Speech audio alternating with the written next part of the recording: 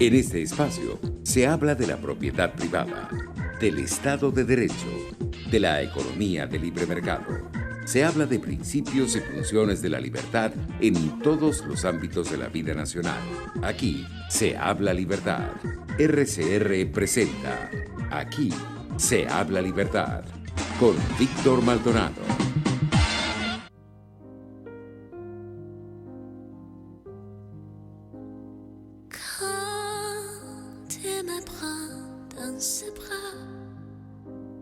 Il me parle tout bas, je vois la vie en rose.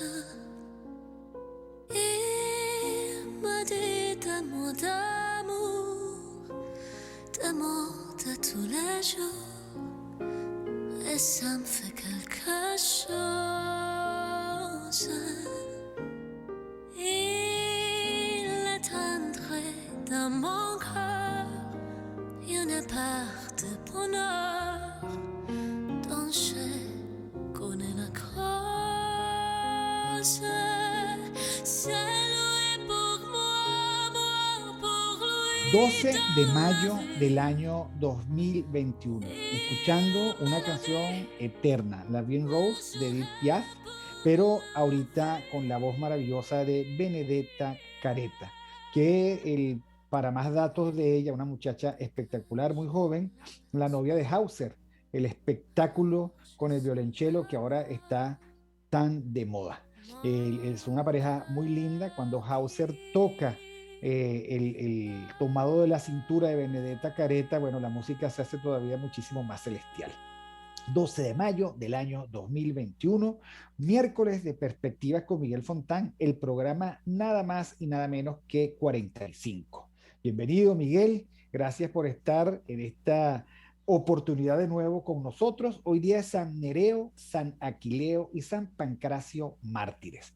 Gracias a todos los que están con nosotros a través de todos los medios, rcr750.com, TuneIn, YouTube, @rcr750, Periscope, bueno, por todos los medios que están disponibles. Yo sé todo el esfuerzo que ustedes hacen precisamente para estar junto a nosotros definiendo qué es la libertad, porque aquí se habla libertad.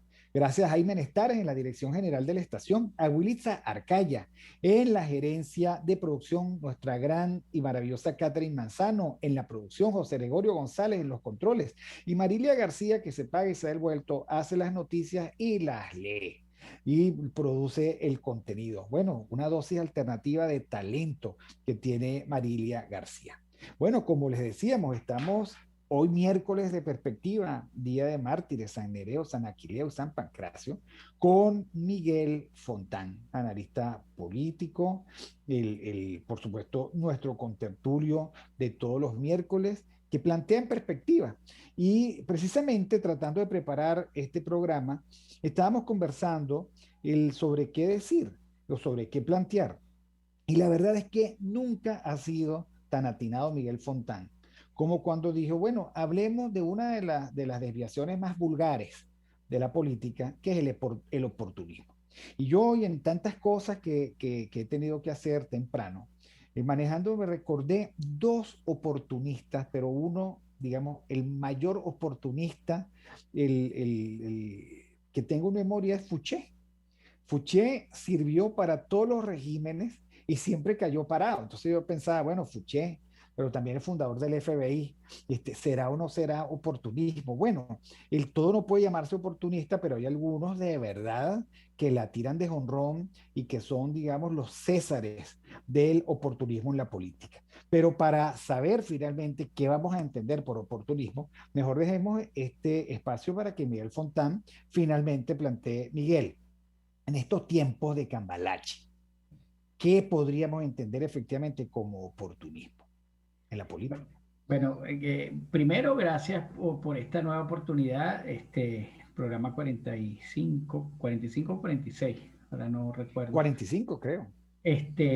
Porque bueno, siempre, como lo he dicho en varias oportunidades, este programa no solamente resulta un espacio de reflexión y de pedagogía política, sino también un espacio de crecimiento en lo personal poder compartir contigo y cuando tenemos invitados con nuestros invitados. Y eso se agradece, sobre todo en estos momentos que pareciera que la maquinaria de la mentira pues empieza a anular espacios, bien sea porque no les da cabida o bien sea porque los opaca con aquel esfuerzo de censura, ¿no?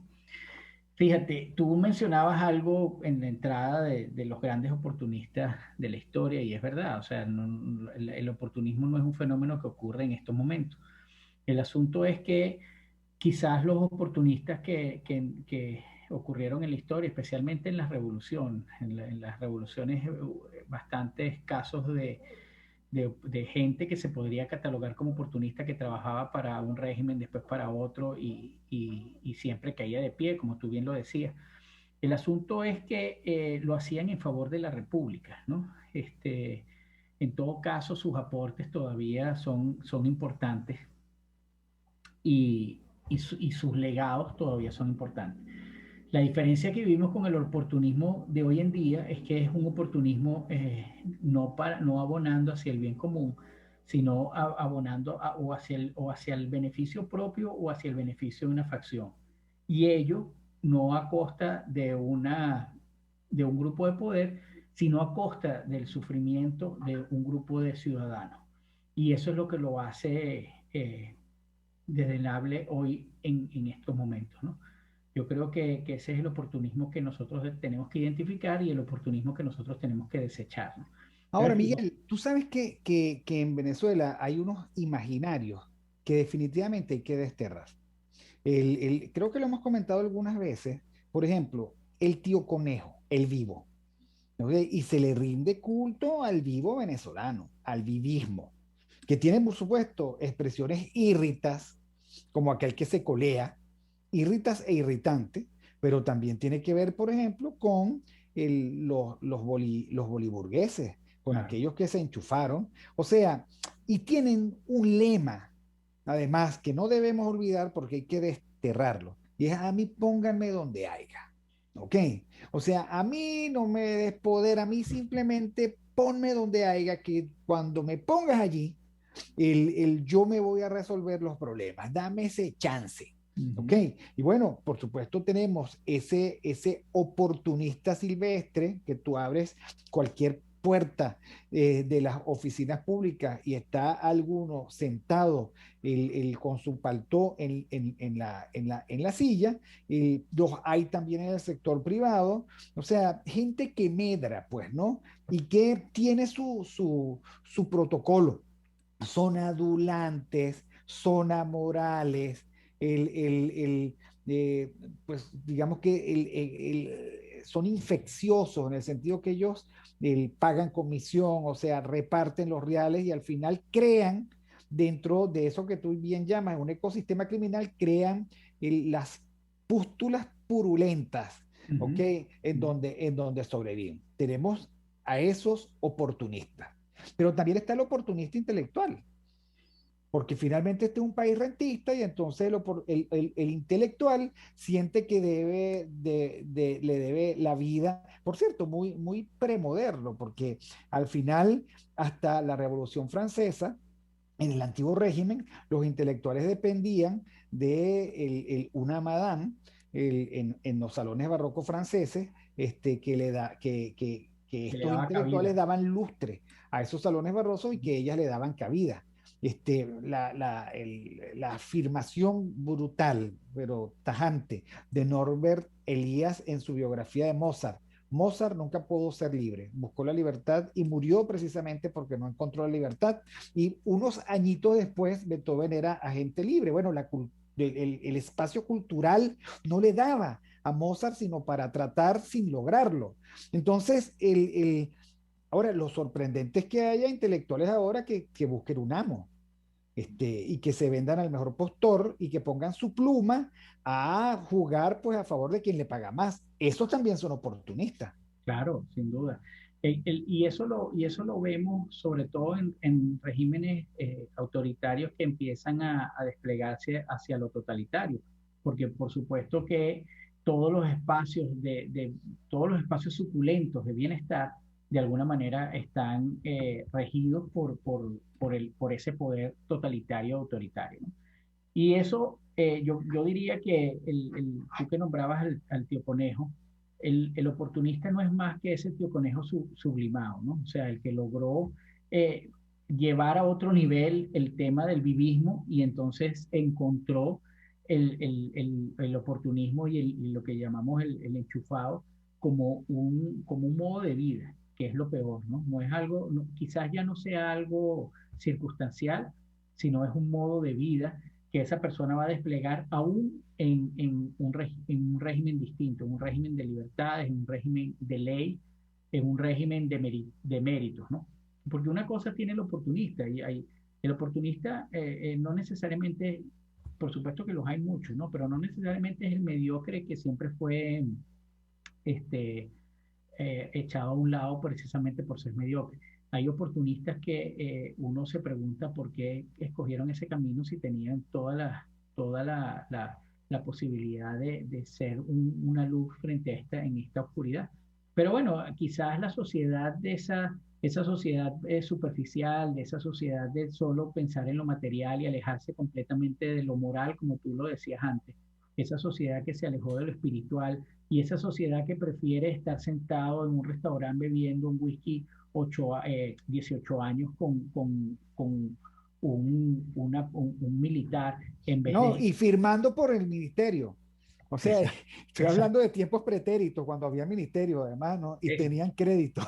Pero exacto. digamos que el funcionario público de ese tiempo firmaba por el ministerio y de repente Sí. los restaurantes acumulaban ese bojotal de facturas que algún habilitado debía después pagar, ¿no? Sí, sin duda. El mérito de algunas instituciones, otrora respetable, por supuesto, en este ecosistema criminal, que como lo hablamos en una oportunidad, es ecosistema porque él coloca en el tema en las relaciones y en el comportamiento principios y valores que cada quien empieza a reproducir, ¿no? Entonces, el ecosistema criminal, por supuesto, es un ecosistema que cambió la ley por la capacidad de ejercer la violencia como fuente de poder, y lo vemos cada rato en la cuota 905. Pero también es un ecosistema que funciona bajo relaciones de corrupción, como tú decías. Entonces, el que se mete dentro de los elementos del propio ecosistema, tarde o temprano, o termina corrompido o termina corrompiendo, porque tú no puedes operar de manera autónoma dentro de ese ecosistema porque el propio ecosistema te expulsa. Si a Bueno, ti pero mañana, termina además siendo traicionero y soplón. eh, Busquemos una imagen histórica. Martin Heidegger. ¿Ok? Cuando tú entras en Wikipedia dice, es considerado el pensador y el filósofo más importante del siglo XX. Bueno, digamos que yo lo medio perdono porque Hannah Arendt se enamoró de él y algo debía tener. Pero este Heidegger se entregó al nazismo. Y no solo que se entregó ideológicamente al nazismo, que eso sería lo de menos, sino que además lo que propuso fue desterrar de los círculos académicos que él controlaba a todo judío, a todo profesor judío.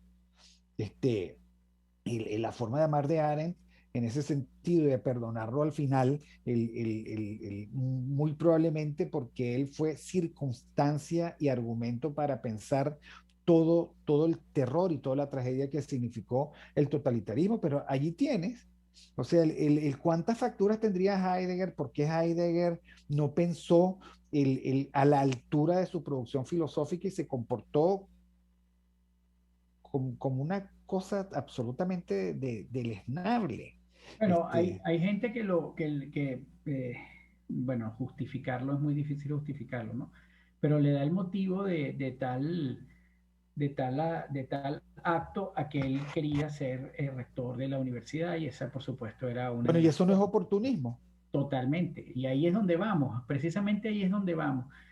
Nosotros como sociedad, fíjate que tú lo nombras y es un buen ejemplo, porque todo el aporte intelectual que dejó Heidegger no se puede borrar de un plumazo y tampoco se puede justificar precisamente por todo ese aporte que tiene de por qué él se asomó a las filas del nazismo, ¿no? Hay un libro de Mark Lilla que se llama Pensadores Temerarios, Exactamente. que hace una aproximación, cuando uno los lee, hay una aproximación interesante de ellos, y es que al final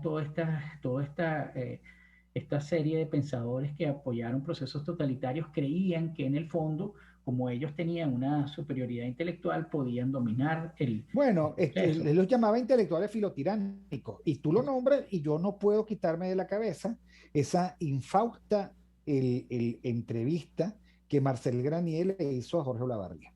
Y no es por culpa de Marcel Granier, sino Jorge Olavarría llegó y sirvió el plato de la dictadura diciendo que Hugo Chávez era el gendarme necesario, el militar que había que poner, Jorge Olavarría, con, bueno, otro oportunista. O sea, no hay forma de pintarlo. Que después se arrepintió, bueno, Heidegger también. O sea, el problema ese no es ese. Además,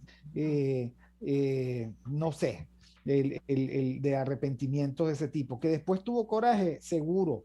Su discurso del 5 de julio fue de mucho coraje, y hay que reconocerlo, pero que él, digamos, fue filotiránico y que él contribuyó. Bueno, es que es ese tipo de intelectuales que uno tiene que pasar, digamos que el detector de oportunismo, porque uno se pregunta, bueno, ¿cuántas facturas tienes tú contra un país inerme como para lograr precisamente que, que esta circunstancia ocurra y se dé?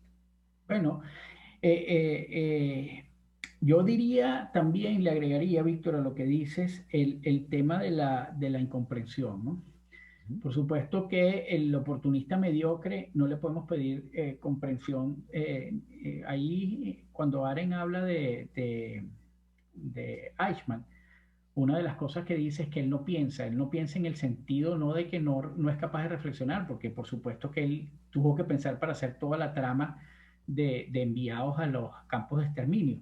Ella se refiere a no pensar en el tema de las consecuencias, ¿no? Y es incapaz de ver cómo sus actos pueden impactar en el futuro a los demás y al propio sistema. En el caso de un mediocre no le podemos pedir eso, porque a duras penas puede llegar a articularse en torno a la maquinaria del totalitarismo o del poder. Pero a un pensador, ¿verdad? A alguien que se dedica a la academia, que se dedica a enseñar a los demás, por ejemplo, no sí le podemos pedir comprensión que no tiene. Ahora, la pregunta que nos tenemos que hacer para saber si es oportunismo o si es sencillamente un ideal romántico que él quiere ver materializado antes de morir, hay que preguntarse por qué renuncia a pensar, a comprender el momento, por qué renunció a comprender lo que significaba un personaje como Chávez dentro de la política. Pensaba que un personaje como Chávez dentro de la política, porque era un soldado, cuando uno lo lee en las reseñas que han hecho medianamente independientes, se da cuenta que era un soldado, yo diría que hasta por debajo del promedio, y a lo mejor pensaban que ese lo podían controlar fácilmente, y entonces ese oportunismo era porque ellos iban a ganar cuotas de poder que de otra forma no hubiesen ganado. O pensaban en aquella idea romántica, los 900 y tantos firmantes, aquel monstruo que según ellos le devolvió la dignidad a los pueblos de América, era uno igual y podía instrumentar algo así. O sea, yo creo que Pero además, ¿quién inventó eso de que devolvió la dignidad a los pueblos de América? ¿Quién inventó eso? O sea, el cuál romanticismo es el del... descriptor objetivo como para decir que alguien le devolvió la dignidad a los pueblos de América? O sea, ¿cómo es eso? O sea, Bueno, allí es donde el abajo firmantismo, o sea, esa poesía tarifada es una desgracia, es una vergüenza. ¿Ok? Y algunos, el que yo reconozco que se han arrepentido y lo han dicho públicamente, ya no soy así, y además hacen todo lo posible por reivindicarse por la vía de los hechos, pero otros han pasado agachados, sonriendo, Bueno, sonriendo, yo todavía no he visto el sonriendo primer una trabajo canallada firmado. de ese tipo. O sea, que tú seas un intelectual y que tú no te hayas paseado nunca por los resultados verdaderos cuando había evidencias más que palmarias de que Fidel Castro no le devolvió la dignidad a nadie, que convirtió a esa isla en un puterío, lamentablemente, que además colocó en la miseria a buena parte de su población, que él constituyó una nomenclatura de ricos al margen de la suerte del país, que bueno, digamos, es lo que estamos viviendo ahora, y que entonces tú llegas y dices que él le devolvió la dignidad a los pueblos de América, o sea, y que abajo firmas el ¿cómo? O sea, y yo me imagino en ese momento más de uno pidiendo, coño, méteme, méteme, yo Sí. también quiero firmar. Y bueno, se fregaron. Bueno, los mismos abajo firmantes que después cayeron cuando Carmona, en el Palacio de Miraflores. O sea, es el venezolano diciendo, yo quiero estar en la foto, que yo llamo el pescueceo.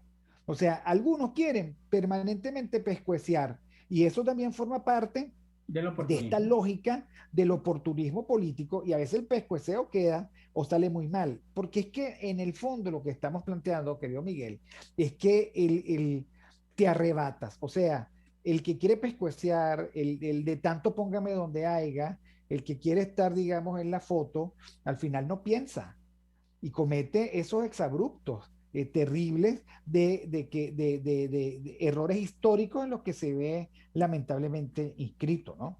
Y el venezolano, por cierto, el venezolano es el mismo que tiene bajo el bolsillo o en el bolsillo esa lista y que la saca cada vez. O sea, eso para los que creen que aquí puede haber un tipo de justicia transicional de amnesia. Ok, no, no, no, no, discúlpame. Aquí va a haber, digamos que el otro día discutíamos eso, ¿qué es justicia transicional? Bueno, la ley de la transición. ¿Y qué es eso? Bueno, el afán de exigencia de rendición de cuentas para que ningún malandro se vaya con honores y con dineros. O sea, es, digamos, la capacidad de hacer el juicio moral severo para que no venga ningún boli enchufado a comer tranquilo en el restaurante del country club. O sea, de eso se trata, porque finalmente tú repugnas una época histórica de la cual muchos han sido partícipes y beneficiarios. Pero no, por otra parte, digamos, existe la otra tendencia, que hoy, hoy vemos que Guaidó ayer lo dijo, en esos 5 minutos también medio infame, bueno, entre todos, el abrazo en familia, en unidad. Al final Guaidó comete el despropósito de incorporar entre sus aliados al que a la vez en su mismo discurso es el adversario, o Pero, sea, es total. contra el régimen, pero con el régimen. Es una pirueta maravillosa y claro, también para ser oportunista hay que ser inteligente, ¿no? O sea, eso, mi esposa que es psicólogo me lo aclara siempre, si tú eres psicópata, tienes inteligencia. Y por eso los psicópatas son peligrosos y organizan tramas criminales tan brutales. Bueno, y tú nombraste ahorita un elemento importante, ¿no? Y es la justicia transicional. Fíjate, la justicia transicional, quienes la plantean desde aquí, son grupos que están dados al amor y paz y todo lo podemos con entendimiento. Es decir, para nada en su ecuación colocan el tema que tú estás planteando, que bien planteas y que has planteado varias veces, de lo que significa verdaderamente la justicia transicional. Yo, en lo particular, cuando ellos lo colocan, estoy en total desacuerdo con la justicia transicional que ellos plantean, porque es una justicia transicional al estilo colombiano. Es decir, en donde el malo se lleva todo y la víctima se queda sin nada. Ahí tienes tú el caso colombiano, ¿no? Tienes la guerrilla está en el mejor de los mundos, tiene todavía su brazo armado y lo llamamos disidencia, como que yo no tengo nada que ver con ellos y es falso, y tiene su lado político, es decir, ellos combaten ahora desde los dos frentes, porque antes desde el punto de vista político estaban excluidos, ahora no. Y lo peor es que lo hacen desde el punto de vista político sin ser representantes de nadie. O sea, aún atentando contra la propia idea de que está en la democracia, porque ahí hay una representación política en el Parlamento. No, Ellos no tienen que rendir, ellos pueden sacar 0 votos y siguen teniendo sus curules. Entonces, esa justicia transicional es el premio mayor que puede aspirar cualquier persona que haya cometido crímenes, y es el premio al que tú motivas o al que incentivas a las personas cuando quieren ser tiránicos. Es decir, parece que el mensaje fuera: sean lo más malo que puedan, hagan el mayor desastre del mundo, que después, al final, como ustedes demostraron ser poderosos y nosotros incompetentes para combatirlo, ustedes van a recibir el premio de estar en la sociedad y fuera de la sociedad al mismo tiempo. Es como el planteamiento filosófico del estado de excepción, estar fuera de la ley y dentro de la ley al mismo tiempo. Bueno, esta justicia transicional que se plantea para Venezuela es eso. Entonces, claro, si bueno, es que, bueno, desde ellos todo va a ser así. Por eso. Aunque le tuerzan el pescuezo a los conceptos o a la esencia del concepto. Pero déjalo allí, vamos un momento al corte, vamos a ver las noticias con la voz maravillosa Marilia García y ya volvemos con Miércoles de Perspectiva y Miguel Fontán. Ya regresamos. Il attendrait dans mon cœur une part de bonheur dont je connais la cause. C'est lui pour moi, moi pour lui dans la vie. Il me l'a dit, le jouerai pour la vie. Aquí se debaten temas de interés nacional e internacional. Aquí se habla libertad con Víctor Maldonado.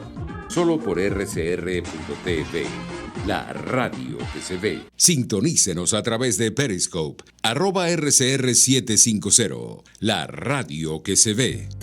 Amigos, quiero recomendarles el maravilloso servicio de talabartería y zapatería principal.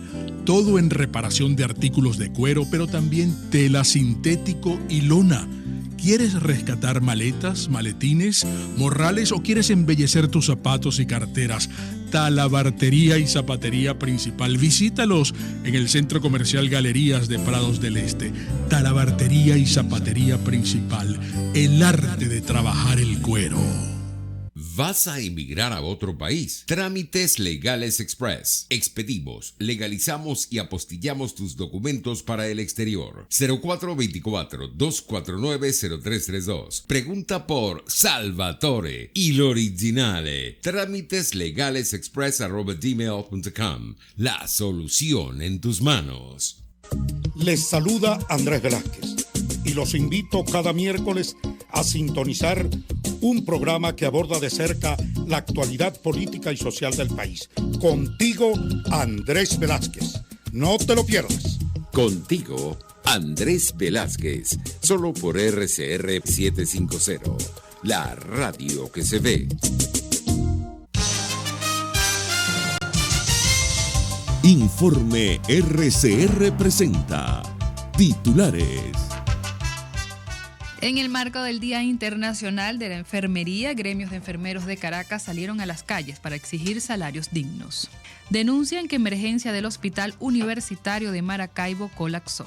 Régimen de Nicolás Maduro promete que en agosto el 70% de la población venezolana será vacunada contra la COVID-19.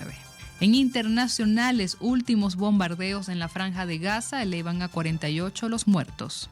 India superó los 250.000 muertos por COVID-19 en plena inquietud por variante. Y en los deportes, la UEFA inició investigación disciplinaria contra Real Madrid, Barcelona y Juventus. A esta hora les narró Marilia García. Sigan disfrutando de la programación de su RCR.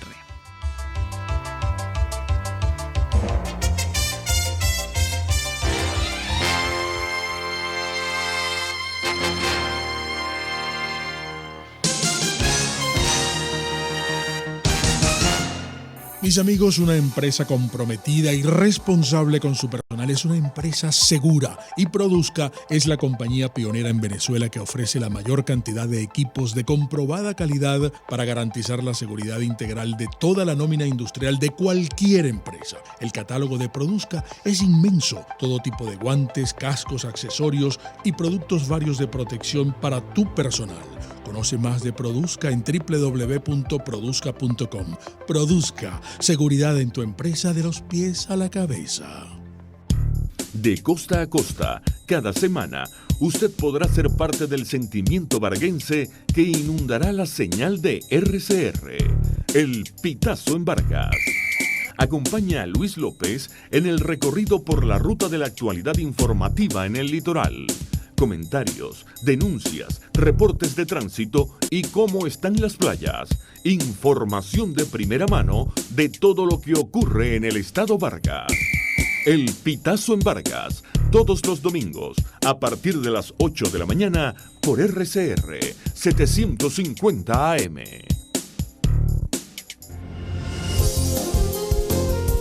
RCR 750 AM. Porque lo bueno une.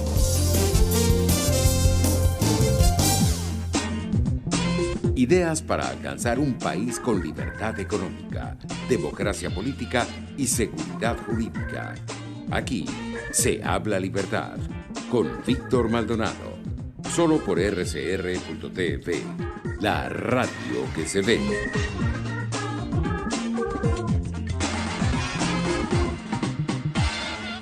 Volvemos de nuevo con Miércoles de Perspectiva con Miguel Fontán. Hoy, 12 de mayo del año 2021.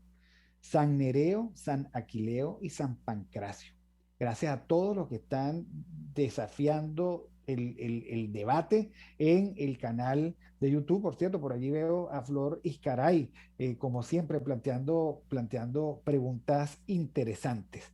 Y bueno, aquí tratando de desentrañar o desenmarañar este concepto del oportunismo en la política, que tiene, por supuesto, muchísimas versiones.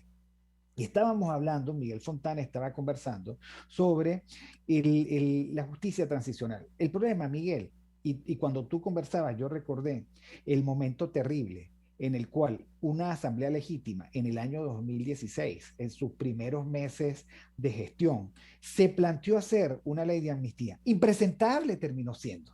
Impresentable. ¿Y tú sabes por qué terminó siendo impresentable? Porque fueron mezquinos. O sea, por un lado, dejaron fuera del decreto, de ese proyecto de ley de amnistía, a algunos presos, que son presos políticos, nos gusten o no. Porque allí sí hay que tener grandeza. Por ejemplo, ¿quién en su sano juicio puede decir que Raúl Isaías Baduel no es preso político? ¿Ok? Nos guste o no, uno esté de acuerdo con él o no. Ese es un preso del régimen. O los policías de Abril, que algunos de ellos yo creo que todavía están. Sí, no, todavía están. Todavía están. O unos militares, el que son presos personales de algunos personeros del régimen. Bueno, o por supuesto, el competidor político de al lado, también es preso político. Lo que quiero decir, no hicieron eso, pero se preocuparon muchísimo para que boliburgueses quedaran eximidos definitivamente de cualquier pena o de cualquier culpa con el país que ellos, por supuesto, han saqueado y siguen saqueando. Entonces, si nosotros dejamos en manos de esa clase política cualquier intento de justicia transicional, bueno, ya sabemos, eso va a quedar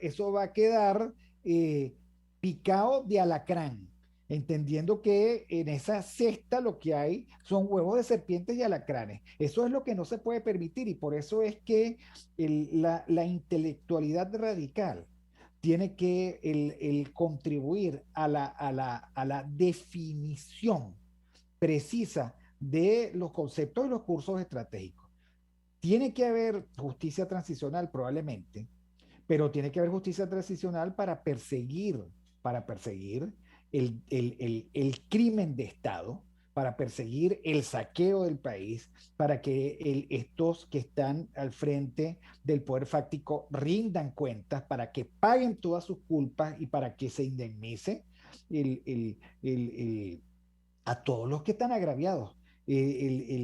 Por ejemplo, de las cosas que a mí más despecho me dio, es que esa Asamblea Nacional manejada, vamos a recordarle a los ciudadanos, por primero justicia, acción democrática, voluntad popular, un nuevo tiempo y partiditos pequeños y fracciones parlamentarias que en algún momento fueron muy corajudas, pero que no tenían, digamos, más allá de una voz honorable que después fue totalmente arrebatada. Bueno, esos nunca quisieron ni pensaron en devolverle a RCTV su concesión. Se hicieron los locos, no hubo ni siquiera una manifestación, se ganó en la Corte Internacional Interamericana de Derechos Humanos y se hicieron los locos. ¿Por qué? Porque ellos no quieren competencia, ellos quieren montarse en esta infraestructura despótica del socialismo del siglo XXI y ellos quieren gobernar para sí un país o una estructura de gobierno absolutamente ingobernable. Claro. Eso también es oportunismo. O sea, déjame un ratico, pienso que ellos dirían, déjame un ratico con este poder. Yo una vez escribí, siendo Capriles candidato, y si se acostumbra, o sea, ¿cómo hacemos con una transición con este Estado socialista tan macabro y tan totalitario y tan autoritario, que se monten estos tipos y se acostumbran a tener tanto poder? ¿Qué vamos a hacer con Conatel? ¿Lo vamos a dejar? Por ejemplo, solo Conatel, digo Conatel. Es que tú planteas Aren le llama una verdad factual. Y esa verdad. Pero ¿por qué Aren lo dice más bonito que yo? Ella dice una cosa, un concepto bonito, verdad factual. Yo tuve que gastarme 5 minutos en tratar de decir lo que ella. La culpa la tiene Floris Caray. Pero ella utiliza ese término de verdad factual y nosotros lo que no queremos es discutir esas verdades factuales, porque por supuesto discutirlas significa dejar a muchos desnudos que estaban nadando desnudos y resulta que cuando uno las discute baja el agua y nos damos cuenta que estaban nadando desnudos. Entonces, por supuesto que plantearse en esos términos inmediatamente supone que te van a tildar de radical o te van a tildar de cualquier otra cosa que no sea que estás abogando por la acción política correcta o por lo menos la que apunta a priori hacia el bien común, porque cuando tú hablas de hacer justicia, tú estás apuntando al bien común. Entonces, volviendo otra vez a lo que veníamos hablando, cuando hablas de justicia transicional, es todo menos justicia. El término teórico, retórico es justicia, pero la verdad factual es que es la gran injusticia. ¿Por qué? Porque es una invitación al oportunismo y nosotros lo vimos. Mira, la ley de amnistía que plantearon y la que se presentó al país, la propia realidad los cacheteó y le dijo, miren señores, ustedes con los que tienen el poder no van a negociar con ustedes porque no tienen ninguna motivación a dejarlo. Y entonces ahí vino, ay, es que nos traicionaron al final. No, ustedes traicionaron a la gente al plantear, como tú decías, un acuerdo impresentable. Pero ustedes creían en su incomprensión, porque yo en estos días escribía un tuit donde decía que hay 3 formas de colaboracionismo.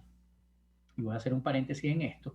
La primera forma de colaboracionismo es por mandato, es decir, el régimen infiltra a alguien en la oposición con un mandato, ese alguien en la oposición se hace ver como que es de oposición, pero realmente tiene un mandato.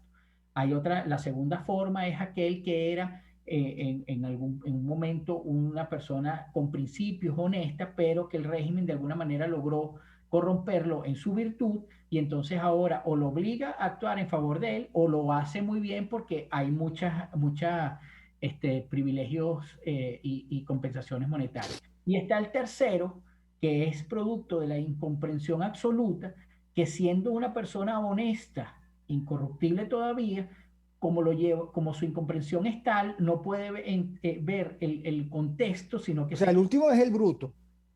Bueno, ni siquiera, porque yo he visto gente intelectualmente solvente que está abogando, por ejemplo, por el tema electoral y felicita a ese CNE y dice hay que darle un chance. Entonces, no podemos decir que es bruto, pero sí podemos decir con absoluta Que es certeza cándido, que no está muy comprendiendo cándido. el contexto en el que está metido el CNE, porque me vas a decir tú que el régimen tiene todos los poderes y va a dejar que el CNE sea autónomo. O sea, Bueno, pero esos son como los enamorados solos, que son sí, patéticos siempre, siempre. exactamente. Un Entonces, enamorado solo es patético siempre. siempre. Entonces, estos que fungen de ser gatas locas, pero quiero, ¿qué es lo que pasa con la gata loca? La comiquita con el ratón Ignacio. La de Ignacio. Bueno, que al final dan lástima, o sea, lo que provocan es una profunda ternura compasiva.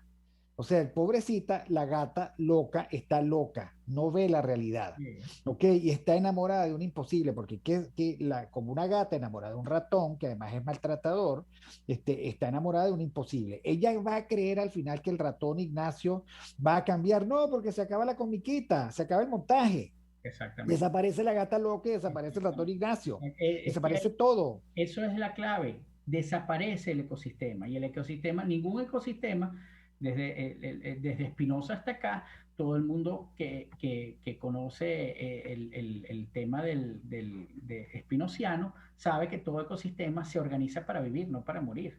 Entonces, pues, probablemente si una persona se mantiene honesta, se mantiene incorruptible, el propio sistema lo va a expulsar. O sea, porque no cabe, no cabe. O sea, las relaciones chocan y como chocan y yo tengo el poder, te saco y punto. Eso funciona así. Pero bueno, tenemos esas tres formas de oportunismo, de colaboracionismo. Entonces, a esas tres formas se le empiezan a pegar satélites oportunistas por todas partes. ¿Por qué? Bueno, porque unos venden más encuestas, ya aparecen los mismos de siempre, diciendo lo mismo de siempre, para los convencidos de siempre, porque ya hay mucha gente que se dio cuenta del tema. Porque al final, Víctor, la oposición configurada en estos 20 años no es más que otra forma de expresar el chavismo. Y tú lo Bueno, dijiste, es que es como el despropósito de Ocariz. Eso ya tiene 2 días. sí, Y o sea, que que ahora sí después, es el momento imagínate para los el primer unidos paso. que están, que Ocariz dice una proclama y al día siguiente sale Guaidó con otra proclama, contradiciendo la proclama de Ocariz. O sea, ambos dicen hay que unirse, pero ambos están absolutamente claros que no se van a unir entre ellos, se van a unir, digamos, con el epicurio, qué sé yo, ¿no? No, porque Ahora, la unidad funciona, tú lo dijiste una vez, la unidad funciona como ese dispositivo retórico que la gente quiere escuchar y bueno, cada quien dependiendo de sus afectos se pega al grupo que más le guste.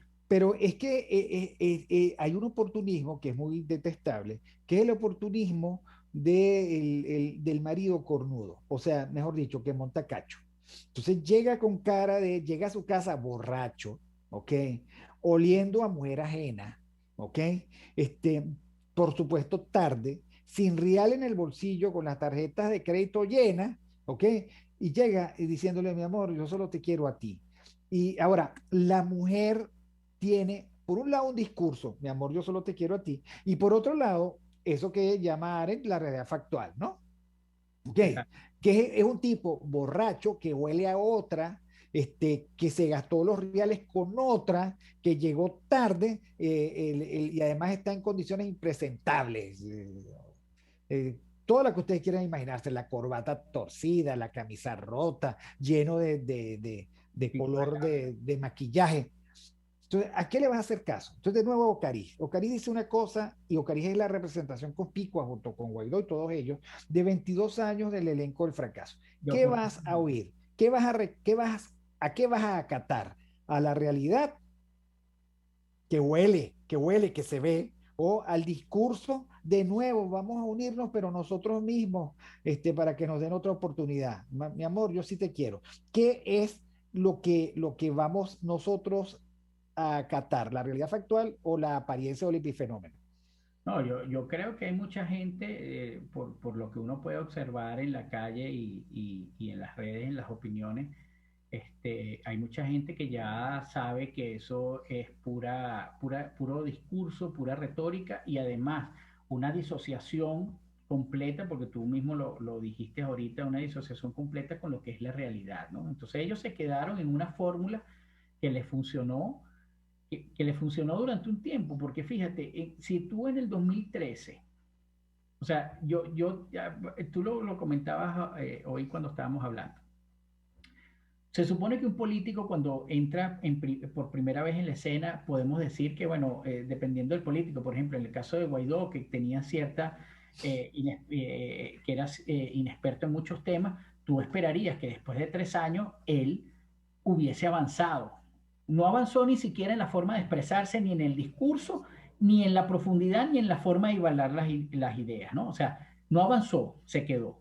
Pero tú en el 2013, tú supondrías que tú tenías un Capriles que estaba jojoto, que sale al tema político de la manera que salió, un gran fenómeno, y se supone que desde 2013 al 2021 tiene que haber un aprendizaje. Resulta que Capriles es todo lo contrario. Capriles es una involución desde, por lo menos en la idea, pero no es que era una involución, es que él siempre fue así. Lo que es Capriles es un producto del marketing político que la gente, al no diferenciar el tema del oportunismo, pues lo compró porque, bueno, ¿quién no tenía deseos de salir de esto? Pero resulta que con el transcurrir del tiempo, al quitarle el halo ese del marketing político, queda, como tú mencionabas, queda un jardín atrás que estaba bien bonito y resulta que ahora puedes ver, porque como se marchitó, ahora puedes ver el gusano que estaba allí, ¿no? Y antes no lo veías porque estaba todo verde y tú decías, oye, eso es un jardín maravilloso. Entonces, yo creo que como ciudadanos, nosotros tenemos que identificar primero cuáles son las acciones oportunistas. Bueno, las acciones oportunistas son las que dicen una cosa y cuando tú la contrastas con la realidad, con la verdad factual, es totalmente lo contrario. Entonces, no hay sentido, no hay justificación que tú digas, vamos, imagínate, tú acabas de venir de un proceso electoral en el que dijiste que no ibas a votar porque no había condiciones. Pero el proceso electoral siguiente dices, ahora sí, hay que dar el primer paso. ¿Me puedes decir qué cambió desde la última? Bueno, claro que cambiaron las cosas. Ahorita hay mucho más entramado totalitario que antes. Pero en los temas de beneficios, ¿qué cambió? Yo leí a alguien diciendo, bueno, es que van a hacer, y es oportunismo. Al final, ¿qué te dice el oportunismo? Es quedar parado bien en cualquier circunstancia. Llámese en el plano intelectual. En el plano intelectual es más fácil ser oportunismo porque tú puedes venir con un halo de neutralidad. Entonces yo soy objetivo. No, no eres objetivo. Tú lo que no pones es toda la carne en el asador porque después no quieres que te identifiquen con una posición, bien sea porque no quieres que te equivoques, o sea, no quieres decir, mira, pero tú dijiste, por ejemplo, las encuestas aquellas de las regionales en 2017, los encuestadores tenían una cosa en común, si participa el 60% ganamos 23, Bueno, claro. 23. Si participan todos y todos votan a mi favor, yo gano. No, no, Ahora no, son no, dos pero cláusulas ni siquiera condicionales. eso. Si participa el 60, o no me acuerdo ahorita si era el 60, creo que era el 60. Si participa el 60% de la gente, la oposición tiene 23 gobernaciones. Creo que la participación rondó en ese sentido y solo tuvieron 3 por concesión del propio régimen. Entonces, claro, Además, las asignaron como les dio la gana. como les dio Pero la es que gana. esas cláusulas condicionales están fundadas en el desconocimiento absoluto del país y del humor social. Es que el país, yo creo que rompió con esto, rompió con esta forma de hacer política. Ahora, otra forma de hacer oportunismo, el que tú me recuerdas, es en el discurso de Guaidó, tenemos que movilizarnos internamente.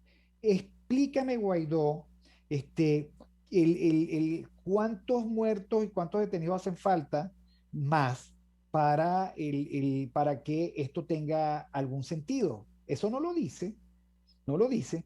Estos muchachos, que además son instrumentales, muy poco formados, malos incluso en la retórica, esa generación cree que el elixir universal es la calle, la movilización de calle. Ellos, por ejemplo, no caen en cuenta que desde hace siglos Sun Tzu decía que la suerte de un ejército y de una guerra estaba, entre otras cosas, vinculada con la influencia moral del general. Con estos generales piratas no hay calle que resuelva nada, pero ellos son los oportunistas.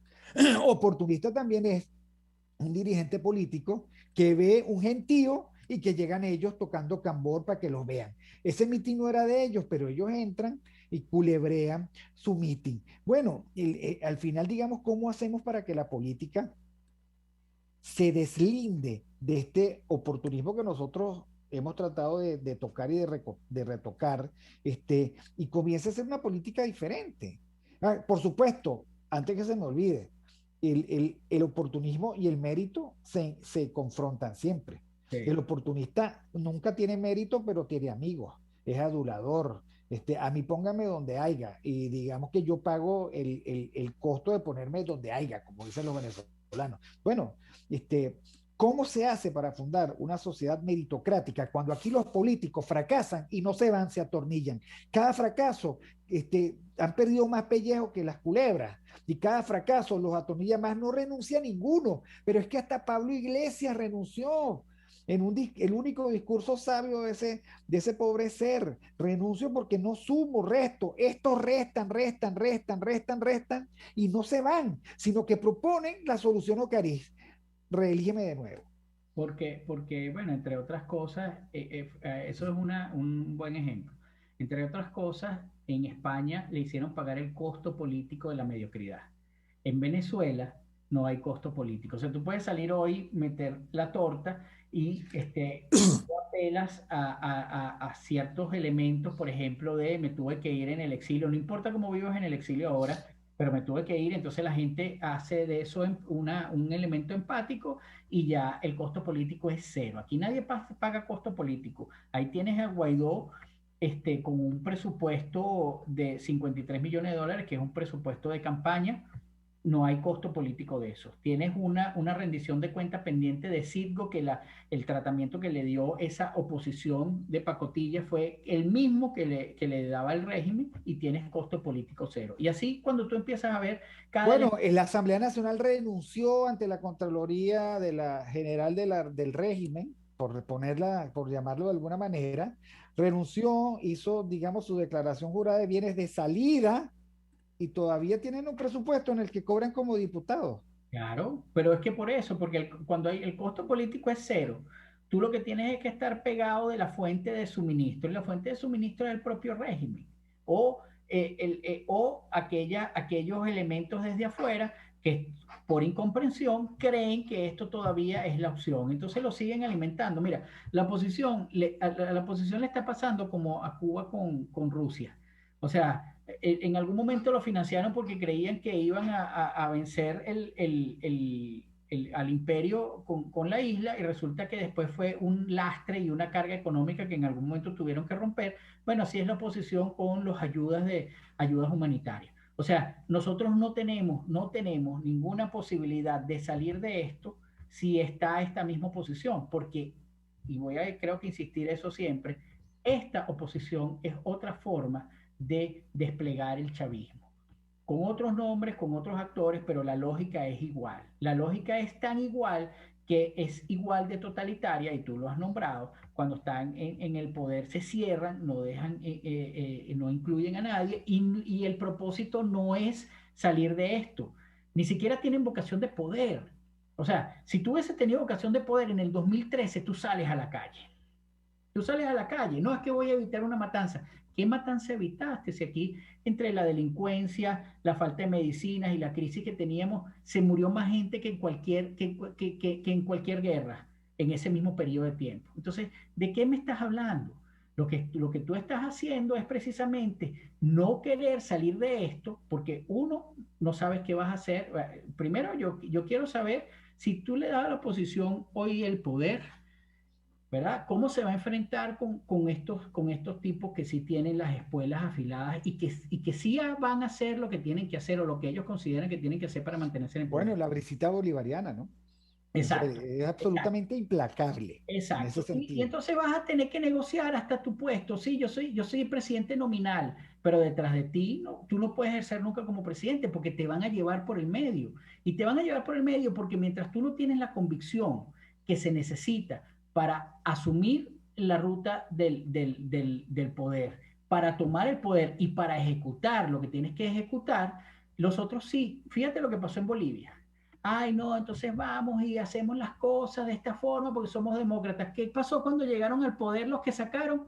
Presas por golpe de Estado. No, pero es que yo no digo golpe de Estado. Se calla y se va presa. Punto, se acabó. Es así, es así, es así. Y lo peor de estos oportunistas de real y medio bajo firmantes y reelectos a pesar de sus fracasos, es que no tienen memoria, o mejor dicho, su gran oportunidad es la desmemoria del país. Apelan a la memoria. Apelan a la desmemoria porque precisamente por la desmemoria es que ellos pueden sobrevivir.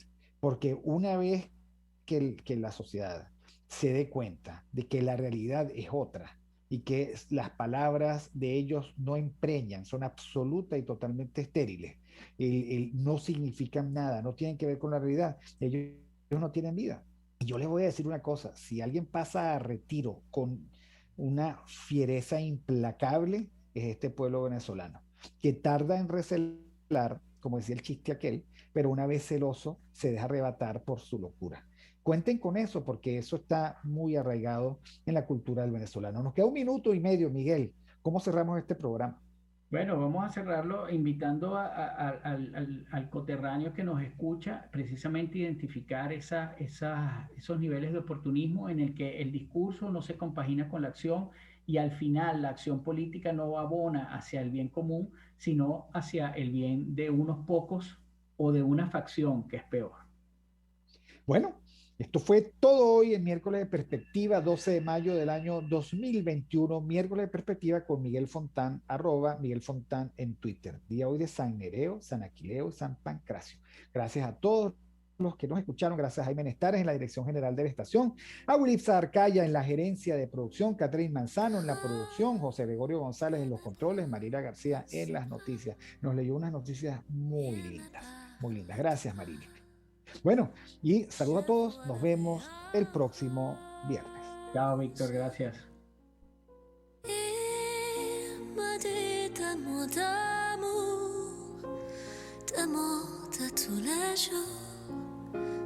Et ça me fait quelque chose. Il éteindrait dans mon cœur une part de bonheur dont je connais la cause. C'est lui pour moi, moi pour lui dans la vie.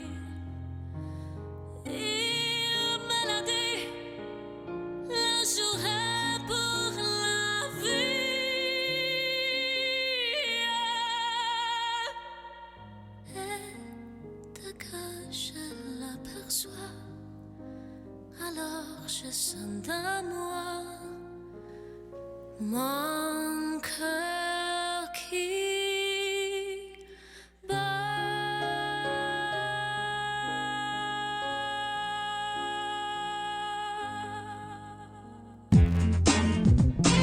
RCR presentó Aquí se habla libertad con Víctor Maldonado, solo por rcr.tv, en Twitter y Periscope, @RCR750, la radio que se ve.